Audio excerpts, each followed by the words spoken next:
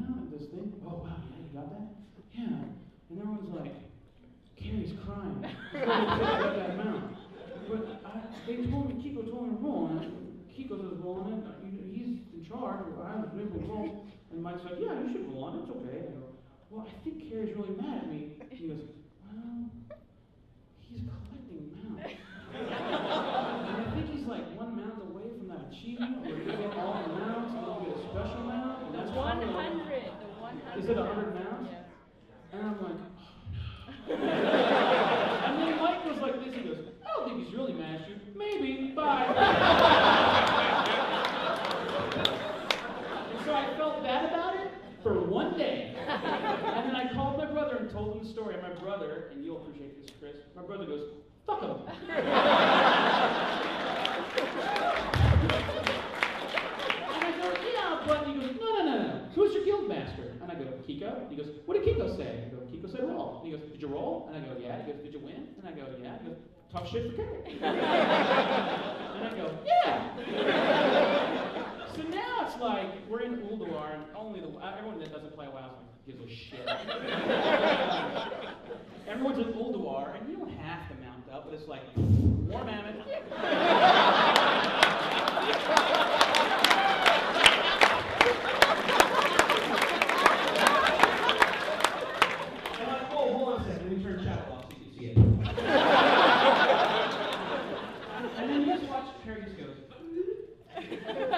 It's a mount that other characters can also ride.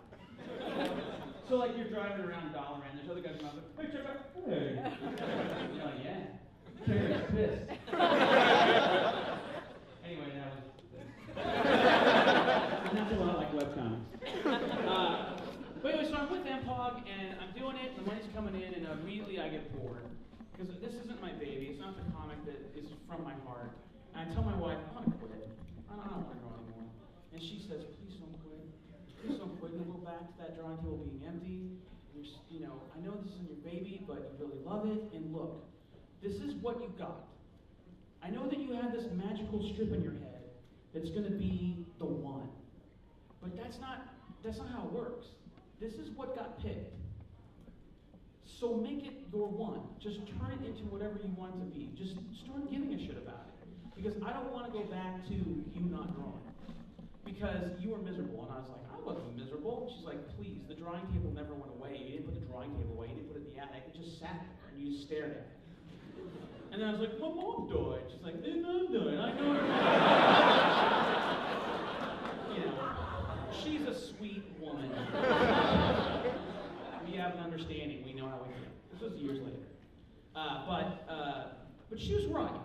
And so I took PvPOnline for about a week, and I retooled it with different art and stuff, and I was like, coming back, and I'm going to care about it, and these characters are going to be more than just what I started with.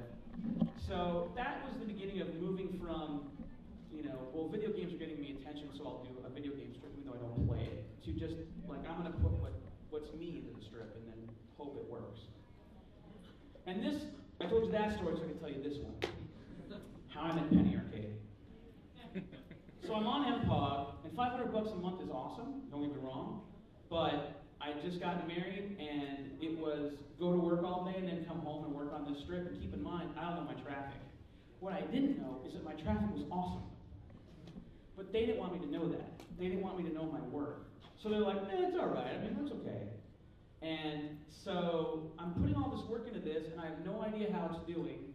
And I see these ads start appearing, all the ads on the site, they control the ad code. But instead of it being Google ads or whatever, it was ads for this new comic strip called Penny Arcade. And that's how I discovered Penny Arcade. It was an ad on my strip for a new strip at MPOG. And I fell in love with it immediately. I was like, oh wow. It's like when you go to college and meet the other cartoonists from the other high schools, right? And I'm like, yeah, these are the guys who should be doing video game strips. Because, they know what Daikaitana is. I don't know what Daikaitana is. But they do, and they get the jokes. And so I was saying to Will, I'm like, what's this Penny Arcade? He goes, oh, they're these guys. They were on Looney Games, and they had this really awesome comic, and I'm going to put it on our site for a while, like with you. And he had been promising me more money for a while.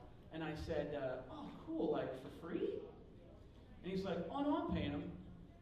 And I was like, oh, cool, awesome, yeah, sweet, that's awesome. All right, penny arcade, cool. Motherfuckers. That's my money. That's the money he's been promising me. And they're getting it. I don't like these guys. So, and then my brother didn't help. Why are they getting their money? These guys, I don't get the jokes. But meanwhile, I'm in love with the strip. And so I got over that pretty fast, and Mike and Jerry and I started to talk. And I remember one night, and I only want to say this because of where we are. But imagine this, it's 1998, and I'll never forget, I'm on the carpeted floor of my home studio office. We lived in a townhome, and it was this little back room that was operating as my studio, and I'm lying on the floor of it because there was no couch, there was nowhere else to sit. And I'm just on the floor, and I'm talking to them, and I'm like, you know what, Mike and Jerry, what if we're it? Like, what if we're the new guard? Like, what if this is the beginning of something huge? Like, what if in like 10 years we're the big guys, and it's like we've made it? Like what if this whole future's opening up? And they're like, yeah, well, Will is saying that they're going to put ads on the site and open this network, and then we'll start getting paid based on the revenue that our site generates. Like, they'll give us a cut.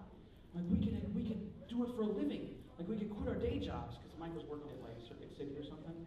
And they're like, yeah, and they're very different than I am, because like I grew up reading comics and wanting to be a cartoonist, and they just kind of like, oh, I guess it's cool, maybe we'll do it, maybe we'll keep going. So they didn't have that with me. They weren't like, yeah, wouldn't it be great? They're like, maybe, I guess so, maybe it would be cool. But it was just, I just had this flashback to that as I'm sitting here today. Like, it happened. Like, maybe not me, but like, look at all this. It happened. Like, we're the new guard, and you guys made us the new guard. Like, we owe you guys this. So think about where all you guys live separately, and they were in Seattle. I guess they were in Spokane at that point, maybe not. And I'm in Dallas, and you guys are all in your individual lives, and we're all connected to this future event that we don't know about. And you guys are all going to collectively give us our dreams. Like, think about that. That's crazy. And so I'm having this conversation with them, and a week later, Will Bryant gives us calls. And he says, guys, great news. We're starting this thing. It's called Games Network, or I don't know what the F he called it. Games Nation Network. And we're going to start paying you guys a cut of your generated ad revenue. I mean, guys, it could be $3,000 a month. It could be $3,000 a month. And I was like, oh, I will be bathing in gold.